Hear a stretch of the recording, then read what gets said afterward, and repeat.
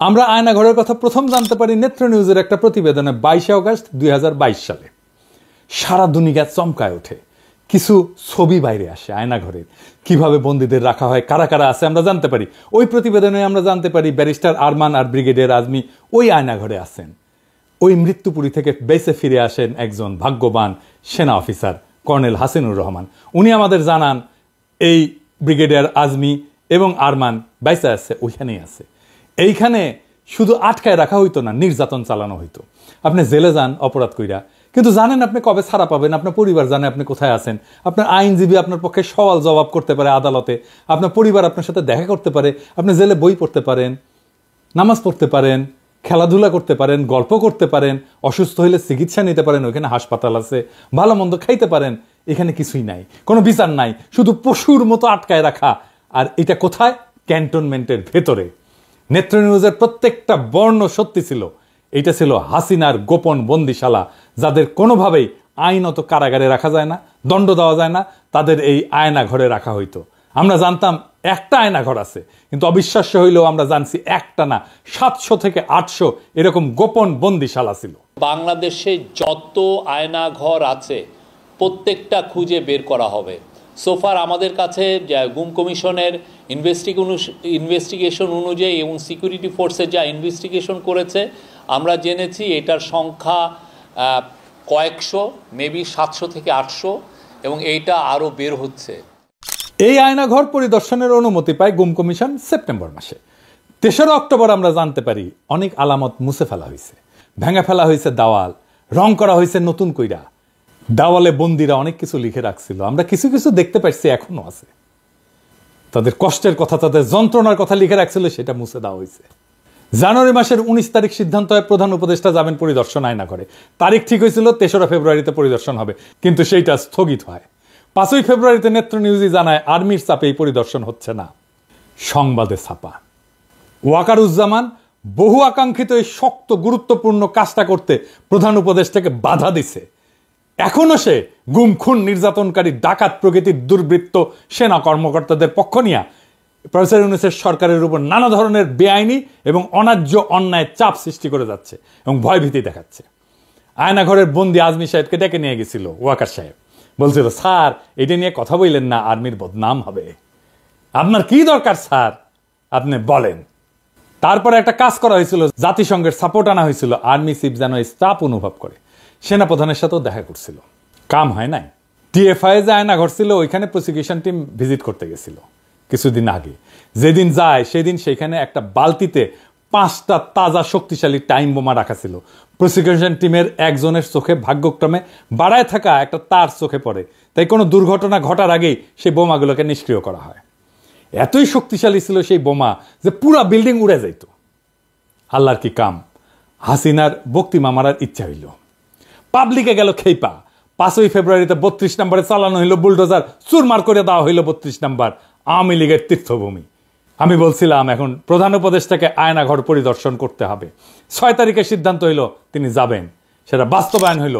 তাহলে বুঝতে পারছেন 5ই ফেব্রুয়ারিতে 32 নম্বরে বুলডোজার চালানো কত বড় রাজনৈতিক বিজয় ছিল। ওয়াকারুজ্জামান পিছায় গেছিল, সে বাধ্য হয়েছে জনতার চাপে পিছু হটতে। এইখানে সামি আলাপ তুলছে আল জাজিরার এক একটা ইউনিট আলাদা আলাদা, তাই আল জাজিরার তানভীর আছে, কিন্তু সামির ইউনিটকেও ডাকা হয় নাই। এটা একটা অপরাধ হয়েছে, অন্যায় হয়ে গেছে, মহা অপরাধ হয়েছে। আর কি মায়ের ডাকে তুলিকে ডাকা হয় নাই, এটাও অন্যায় হয়েছে। এর জন্য নাকি দায়ী আদিলুর রহমান শুভ্র আর রেজনা হাসান। তুলি হইতেছে দুধ ভাত, আল জাজিরার 2 জনকে কেন ডাকা হয়নি, এটাই আসলে আসল ইস্যু। আচ্ছা এবার আপনারা বলেন আয়নাঘর নিয়ে আওয়ামী লীগেররা কি বলতেছে? বলতেছে কেন 6 মাস লাগলো ভিজিট করতে, বলতেছে না এটা এই সময় বানানো হয়েছে, বলতেছে না রং কেন নতুন, এটা বলতেছে না এটা নাটক, বলতেছে না। এখন বলেন এটা কোথায়? ক্যান্টনমেন্টে তো। কারা বাধা দিছে ভিজিটে? সেনাপ্রধান তো, তাই না? নেত্র নিউজে বলছে তো। আর জেনারেল আর বাধা দিছে, আলামত নষ্ট করছে ডিজিএফআই কারা থাকে? সেনা অফিসাররা থাকে, তার আন্ডারেই তো ছিল। তাহলে আজকের আলাপ কি হওয়া উচিত? আজকের আলাপ হওয়া উচিত ছিল সেনা প্রধানের অপসারণ, ঠিক কিনা বলেন? অন্তত সেনা প্রধানকে জবাবদিহি করতে বাধ্য করা। কিন্তু সামি আলাপ নিয়ে গেল কোথায়? আদিলুর রহমান আর রেজনা হাসানের পদত্যাগ।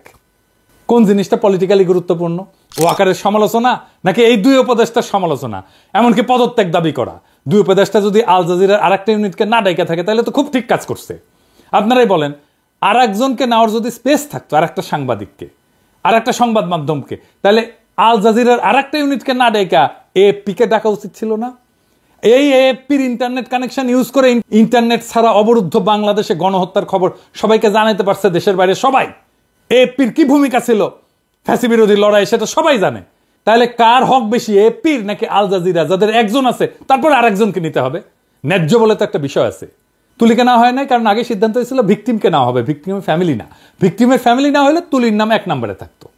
কিন্তু তুলি তো স্বামীর ইস্যু না, তুলির কথা আনছে তার নিজের দাবিটাকে স্ট্যাবলিশ করার জন্য। জাতিসংঘের ফ্যাক্ট ফাইন্ডিং কমিশন 1 জুলাই থেকে 15 আগস্ট পর্যন্ত যা যা ঘটছে তার একটা রিপোর্ট করছে। সেইখানে তারা বলছে হাসিনা সরকার গুরুতর মানবাধিকার লঙ্ঘন করছে। এটা হাসিনার নির্দেশেই হয়েছে। এমনকি হাসিনা আন্দোলনের সংগঠক এবং সমন্বয়কদের হত্যা করে তাদের লাশ গুম করে ফেলার নির্দেশ দিচ্ছিল বলে জানাইছে জাতিসংঘ। তবে এই রিপোর্টের 7 নম্বর পয়েন্টটা খুব গুরুত্বপূর্ণ। ইংরেজি যেহেতু কইছে তাহলে ঠিকই কইছে, কিন্তু আমি বাংলা করে কইতেছি। কইছে সেনাবাহিনীর দ্বৈত ভূমিকা।